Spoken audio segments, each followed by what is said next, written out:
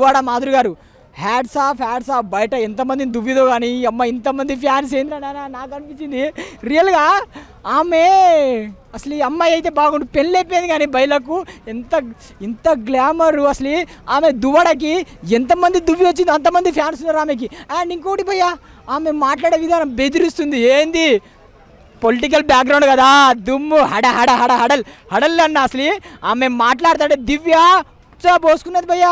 ఏంది ఏం మాట్లాడుతున్నావు ఎలా అది ఏది మన ఇలా ఎపిసోడ్లో భయ్యా ఇది దువ్వాడ మాధురి గారి బొట్టు పిల్ల ఎవరు మన సంజన గారు కొట్టేసి దాచిపెడితే సంజన గారికి ఆమె చెప్పింది ఏమనుకుంటున్నావు ఎవరికి కొట్టేసినావు ఆమె డైలాగ్ వింటే అసలు ఈ దువ్వాడ మాధురి అమ్మో మేడం మిమ్మల్ని చూస్తే గజ వణుకుతాను కానీ మీరు చాలా బాగున్నారు మేడం మీకు అసలు శ్రీనివాస్ సార్ ఎలా ప్రేమించిండో మీరిద్దరు లవ్ ఎలా అయిందో కానీ మాకైతే అమ్మాయి అయితే నేనే ప్రపోజ్ చేసిన అంత గ్లామర్గా ఉందిరా నాయన ఆమె ఫిట్ అమ్మాడు అబ్బా నాకు నచ్చేసింది భయ్య.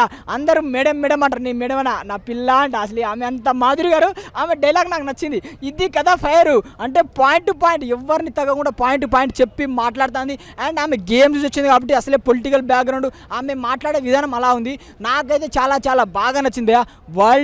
వైల్డ్ ఫైర్ ఎంట్రీ అని చెప్పుకో కానీ మాధురి గురించి ఇంకా చెప్పాలన్నా అసలు ఏం చెప్పాలంటే ఆమె గేమ్ పరంగా ఈ 2 రోజులు ఇట్లా చూపించిందంటే ఇంకా చాలా రోజులు ఇంకా వారం కూడా కాదు ఇంకా 4 రోజులు ఈ వారం ఈ 2 రోజులు ఇంత హవా ఉప్పింది ఇంత హడల్ గజ వణుకుతాను భయ్. అటు దివ్యనైనా రీతు చౌదరి చెప్పేసింది నువ్వు ఓవర్ యాక్టింగ్ చేయకు నువ్వు రొమాన్స్ చేయడానికి వచ్చినా బిగ్ బాస్ ఆడడానికి వచ్చినా అని సీదా ఫేస్ టు ఫేస్ ముఖం మీద చెప్పేసింది. అలా అది కథ కావాల్సింది బిగ్ బాస్కు.